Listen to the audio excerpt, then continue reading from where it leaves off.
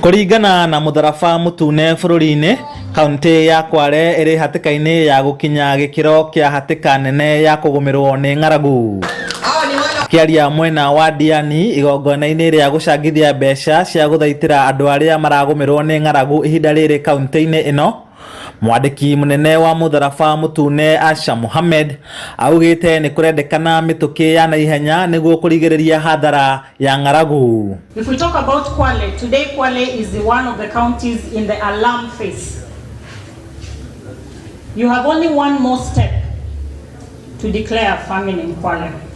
Sorry to dampen your spirits, but I think we need to call a spade and to just put it out clearly that if we do not do more, we will be in the next level, because from the alarm phase, the next phase is emergency phase, and after emergency, you declare famine.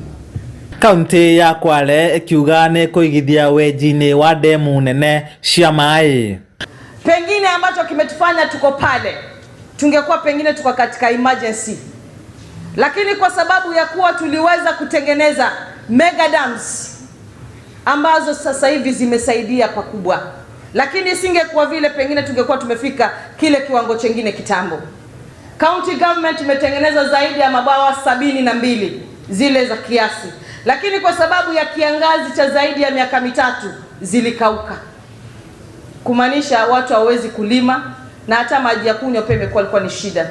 Lakini zile mega dam ambazo tumezitengeneza sasa hivi ziko kama 4 ama 5 zimetusaidia wakati huu, na ndio sababu hatujafika pale pa emergency. Ciringi milioni 3 nĩ icangithĩtio nĩ rũhonge rũu iria cikũhũthĩrwo gũteithia mĩhang'o-inĩ ya kũheana ũteithio kũrĩ arĩa maratũngio mbara cia kĩmũciĩ, arĩa maragũmĩrwo nĩ mĩrimũ ya meciria, o hamwe na gũthomithania igũrũ wĩgiĩ ũrĩmi mĩena ĩrĩa ĩtamũkagĩra mbura ya kũigana. Rũhonge rũu rugĩte andũ milioni 6.4 mahota kũgũmĩrwo nĩ wagi wa irio gũkinyĩria Januari ya mwaka wa 2023. And the prediction is that the rains of March to May 2023, and Allah knows better, we are headed for a 6th failed season as a country. And there is a projection to say, if we don't also put drastic measures, today we are saying 5.1 million people are affected. By the new year, we will be saying 6.4 million Kenyans will need food assistance. Atongoria matiganĩte nĩ maikĩtie rĩtana rĩa Akenya kũnyitana hamwe na gũteithĩrĩria arĩa marĩ hatĩka-inĩ.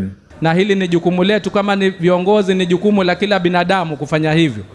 Na tukiendelea hivi, nina imani Kwale, na haijawahi tokea, lakini haitawahi kutokea kwamba ati kaunti ya Kwale kuna mtu ambaye ameathirika kiasi cha kupoteza maisha yake kwa sababu ya kukosa chakula.